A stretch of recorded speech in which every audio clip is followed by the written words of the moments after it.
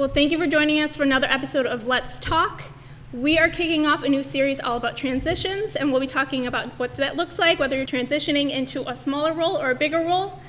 I'm here with two guys who know a bit about transitions. I am here at Lovejoy Church in Buffalo, New York with Pastor Ron Burgio and Pastor Jonathan Burgio. So guys, you want to say hi, introduce yourselves a little bit? Hi, my name is Ron Burgio.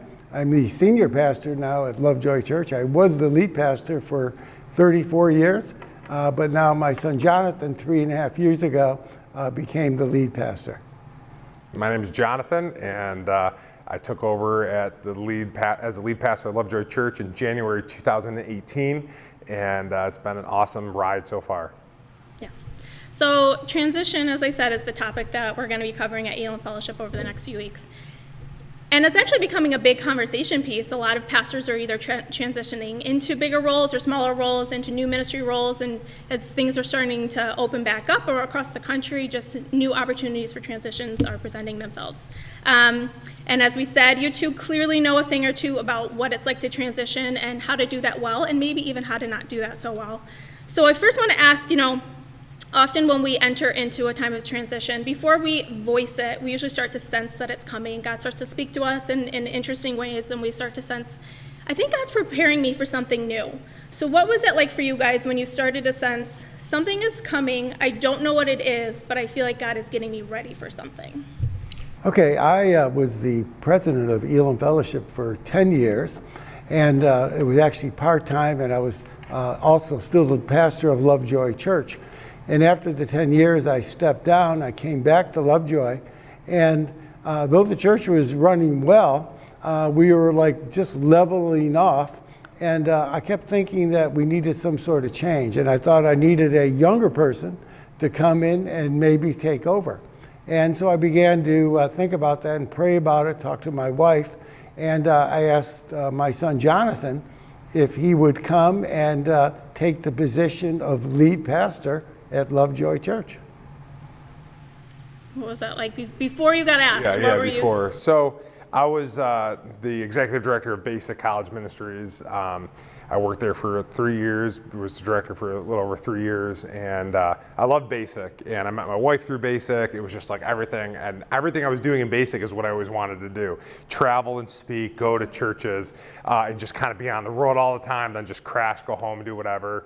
And a couple things began to happen. One was, the biggest thing was I lost the vision. Like I didn't have this, I'm a very visionary person. I didn't have this driving vision. Like I wasn't ready to go to the next thing, and I was on the next thing and I want to go 3 things ahead. Like I kind of began to lose that. And the other thing is it just, the appeal of sleeping on couches, sleeping in hotels, not being home, it began to wane. And so something I loved to do began to change. And when that began to happen, and then the third thing that actually happened was there were actually more job opportunities for me all at the same time.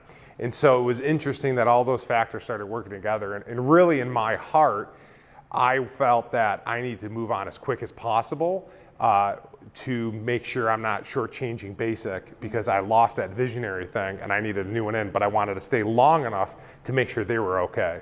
And so that's kind of how it was feeling for me. Yeah. Yeah, so you're saying sleeping on couches wasn't a big deal for you anymore? Okay. I mean, I'm almost 7 feet tall, 350 pounds. Like doing it for 7 years was a lot. Yeah, no, I can see that. Don't fit on most couches. I mean, yes, it's fun sometimes, but no.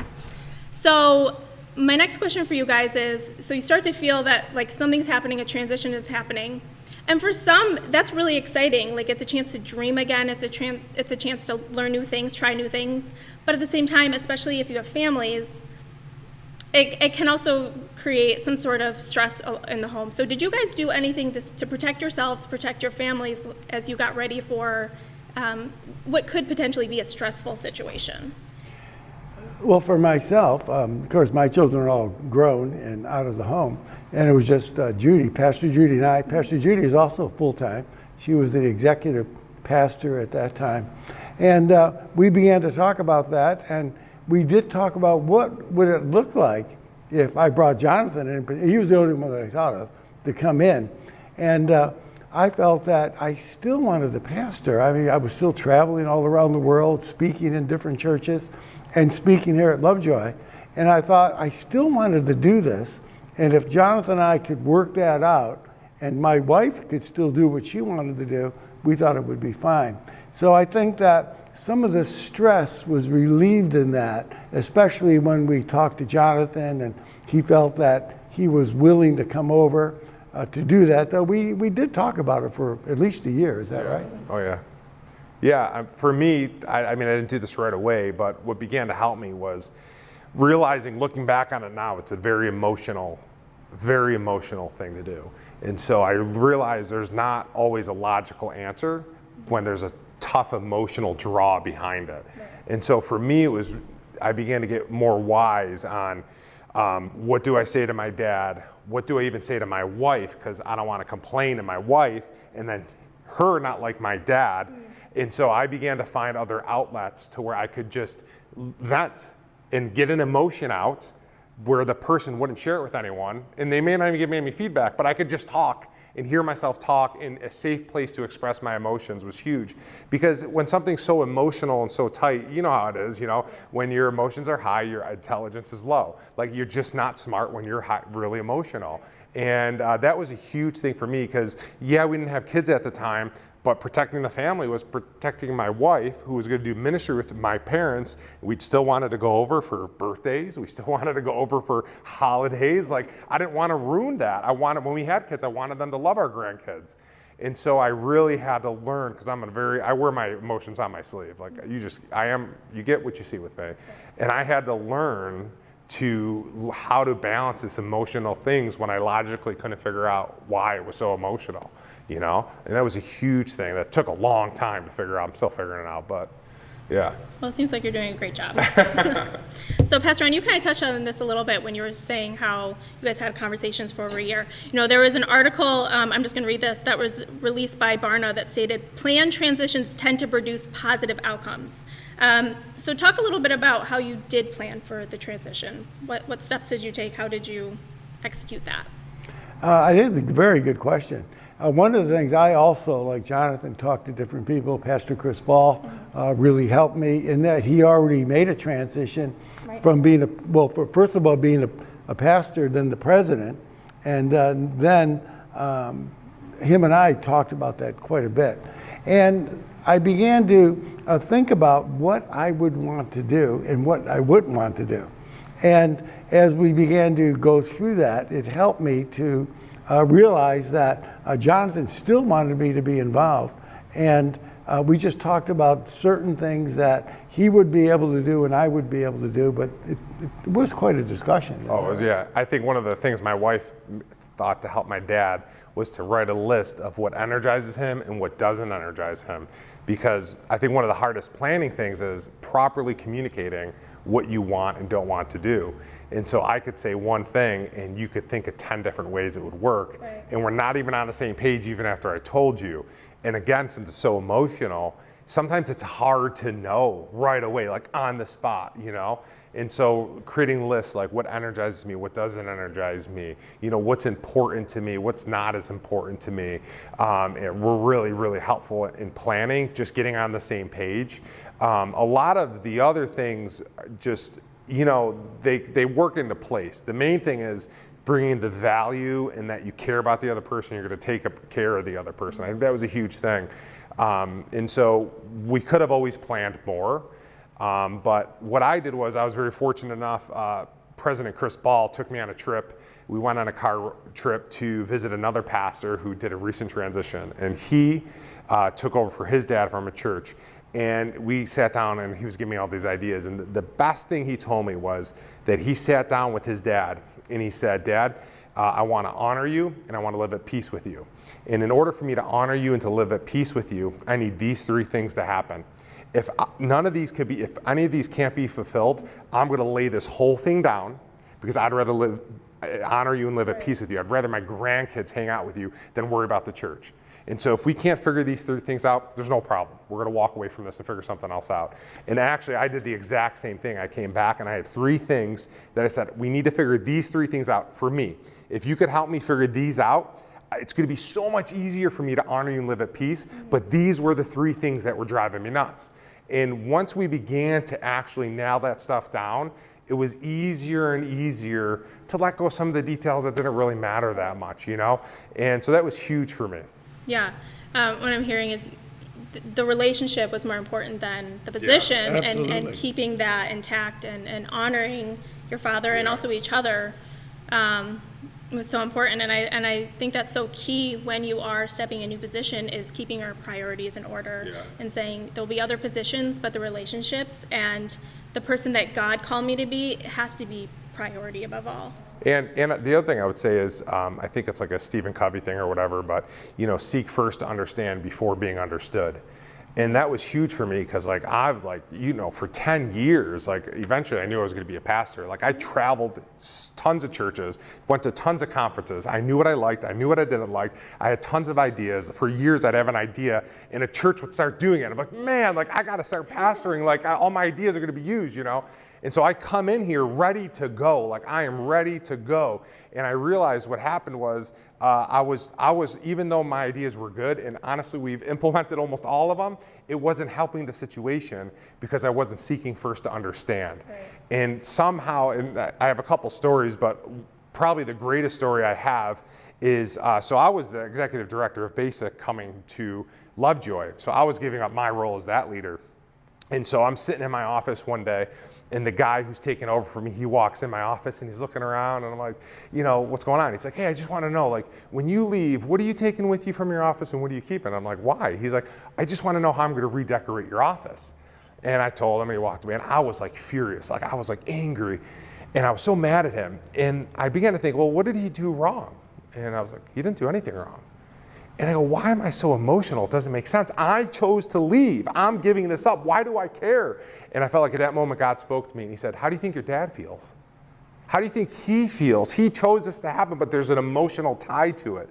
And all of a sudden, that was the moment things started getting better, because I was like, dude, just relax. Who cares that much, you know? And I began to pull back my zeal to do it because I was going to take over. You know, Mike Cavanaugh gave me great advice once. He said, Jonathan, envision you and your dad in a UFC cage brawl. Who's going to win the fight, you or your dad? I'm like, me. He's like, then why are you fighting all the time? Just relax. You're going to win. Just calm down. Don't make everything into a battle, and things are going to work out. And those two things really helped me to, like, really on my end relax. Because to, like, all the young pastors out there, like, I get it. I was there. Like, I have the vision. I'm excited to, like, go out there and go. But if you can't do it properly, it's always going to be a thorn in your side for years and years and years. And I just learned a huge lesson to, like, take it a little slower, figure things out first. You're eventually going to lead. You will be able to do what you want, but make sure the relationship, the emotional things that don't make sense all the time, try to work those things out and be cautious with those. And it really, really began to help the planning process. You know, when that, I know there's a really long answer, so. That was good. That was good. Yeah. So we kind of talked about it a little bit, but in the transitions, what did you feel like you guys did well? Like what do you feel like did really well? And if someone else is watching this and is about to take over ministry or in some sort of transition, that they could take away and say, I need to do that. Yeah, that's another very good question. For myself, I had to come to the realization that if I was going to step down or step aside or take another position, I had to really give that up. And there were certain areas that I'd like to do. I think all senior pastors or lead pastors like to do. But I realized that in order for this transition to be successful, I needed to turn over to Jonathan certain things that I really liked and allowed him to do that. And I think that's a good question for pastors that are thinking of transitioning. Are you willing not just to think about it, but are you willing to turn over to your successor, whoever it may be, those things that you really enjoy, but are willing to give up to somebody else? That's a good answer. That is a good answer. Yeah. I have a lot of stuff for what I could have done better. But I think one of the things that I think we did good was just to really hear each other out, and just, even though there's like arguing, we weren't always agreeing, just to eventually just go back to that, like, seek first to understand before being understood. And it took me a long time to figure that out.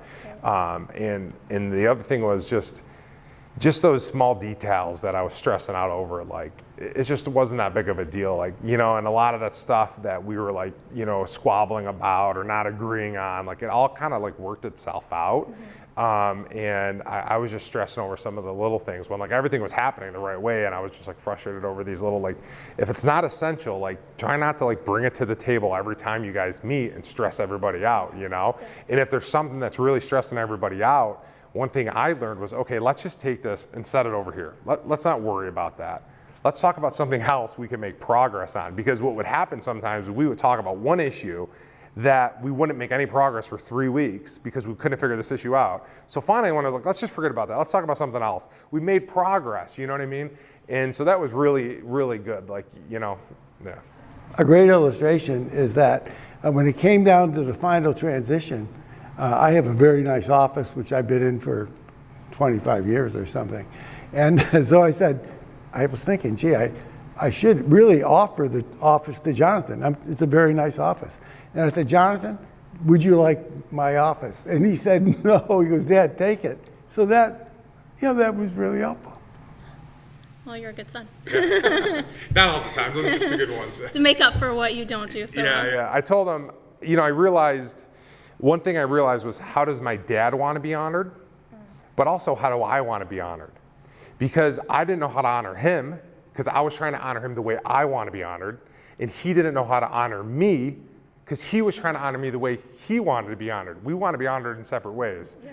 I wanted control of the budget. I wanted control of the service. I wanted my hands in there. He wanted his office. He wanted some other things. And so when I figured that out, I said, who cares about the office? That's important to him. If I want to meet with everybody. I don't want him bothering me. I want him bothering him. No, you know, but that's what he does. He meets with people nonstop, and he needs it. And so it really was so helpful. Like, all right, how do I honor my dad? You know, and that's what if you're in a transition, you got to figure out how you want to be honored and let them know, and how you can honor them, because it's always different for everybody. Right. You know, and the office was a huge deal. And so when we figured that out, I was like, cool, like we're all happy. I mean, it's a lot like marriage in a way, too. Yeah. Great marriage advice, great pastoral transition advice, great marital advice, too. So you did joke about this a little bit. You said there's some things you would have done differently. Mm-hmm. So what are some warnings to? What are some potential pitfalls that you either avoided or you may have started and you realize this isn't going to work? Yeah. So what did you not do well, I will say? What did I not do well? I think the biggest thing I didn't do well was I would push issues he wasn't ready to talk about. Okay. And it's tough, because I get it. I'm like, well, let's just figure it out. Let's just, you know, there's a difference between me and my dad. Me and my dad, everything is one for my dad. You know, with the church, the family, business, personal, it's all one. For me, I could kind of like have these compartments. So I could like get in an intense argument with you about the church, and then we could go have dinner, and it wouldn't bother me. You know what I mean? And I realized it's not the same for him. If he felt I was mad with him in a decision when I'd go over for a birthday party, he still felt like I was mad. And so I had to learn to make sure not to push issues he wasn't ready for just because I wanted it done today. Mm-hmm. You know what I mean? And that was a huge thing. I kept pushing these issues and bringing up these points that in the long run weren't a big deal, or they could have waited, or I could have given them some warning and be like, hey, in 3 weeks, can you think about this? Can you do this? And I wasn't. I was just so like, come on, let's go. And like at the end of the day, it only slowed things down, you know? Mm-hmm. Does that make sense? Yeah, no, it makes perfect sense. Yeah. Yeah, that's very good. For myself, I think one of the things I would say, and we've heard this before, is communication is very important. You cannot over-communicate, especially in a transition.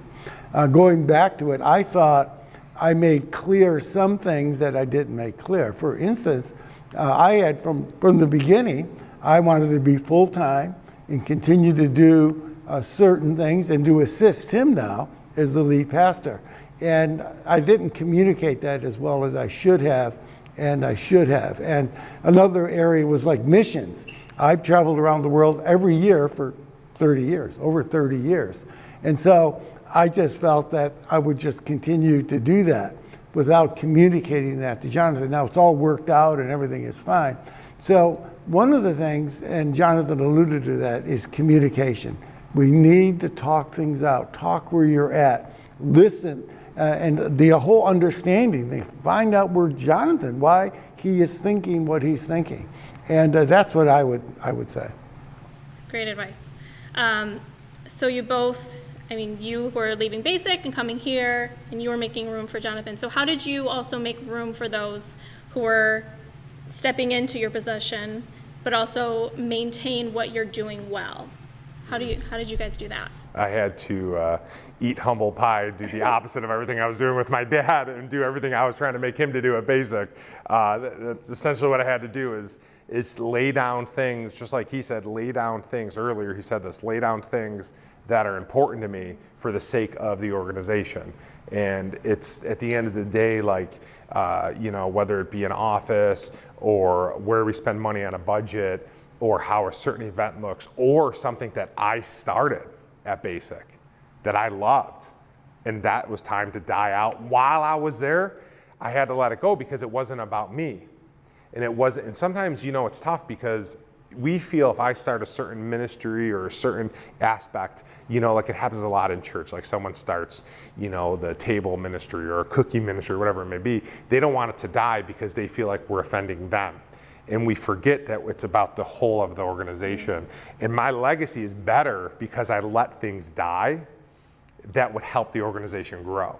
Like when I think it was in like Sticky Teams, the book where he talks about when Olympic teams, they come together, they're the best athletes in their sport.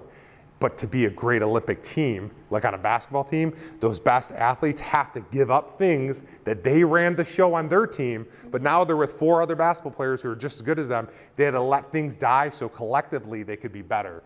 And when we could get off that emotional, whatever it is that gets you so tied to what you created and back up and look at the whole of the organization, that's when you could really say, okay, I need to lay this down. I need to let that go. Okay, you could change the name of that. Well, we've always done it that way, like, well, okay, you might be right, and that was huge for me to make way for people coming in and letting them, while I'm there, change stuff. Not wait till I'm gone. If they wait till I'm gone, it's too late. This whole transition is wasted time. But while I was there, allowing them to change things, even if it hurt my feelings, because they weren't hurting my feelings on purpose, they're advancing the organization, and that was huge, learning to lay down stuff that I started and that I loved for the organization. I think it's very good. For me, remember, we were talking about this for a couple of years, more than a year. And so during those couple of years, I would talk to the elders and other leaders and about Jonathan, have Jonathan come in and preach and teach. He actually became an elder at that time, and so they saw his skills in communication and leading and in finances. He's very good at that. And so the elders saw these qualifications in him. And so when he would come back, he would relate to them and talk to leaders, and people really got adjusted to him. And one of the funny stories we just talked about today in this, I said, well, Jonathan, what are some things you would change? He goes, well, Dad, he said, now remember, this building was built in 1998. And I had flags all around the building, these big flags. And on one wall, I had a gigantic map, as big as this, bigger than that wall, a gigantic map. And he said, Dad, well, one thing is, he goes, I would take the flags down. I go, really? He goes, yeah, I would take the flags down. He goes, also, I'd get rid of that map. And my thought was, that map is me. That's me. That signifies my mission's outlook. But immediately right after that, the thought came to me, Ron, those flags and that map have been up for 20 years. It's time for them to go down. And I was able to give that up. So that's what we did. We prepared each other and our organizations for the transition as best as we could. Yeah, and I'd say one thing he did really good for me to make way was, like he said earlier, he actually gave me space in elders meetings to talk out some ideas before I came back. And like we changed like some things with like elders terms and stuff, and we're like, you got to change it before I come back. And he actually did a couple things that he was meeting to do, but you just don't always do. Right. And he did them for me before I came back. So it made a couple of those changes done better. If that, he made that way like that. So that was huge. Yeah, and a lot of times when you come in, you have so many ideas, you're just like, this. Yeah. So it also sounds like you guys balance each other out, where he was willing to give you some, but also be like, let's hold off, let's make some space for this later. Well, guys, thank you so much. I've really enjoyed this conversation. I feel like even if you're not in a situation where you're becoming a pastor, or you're stepping down from being a pastor, or you're starting a ministry or whatever, we're always going to be in a season of transition in our lives where we're laying something down and we're starting something. So I hope that you've learned and you're taking some tidbits away.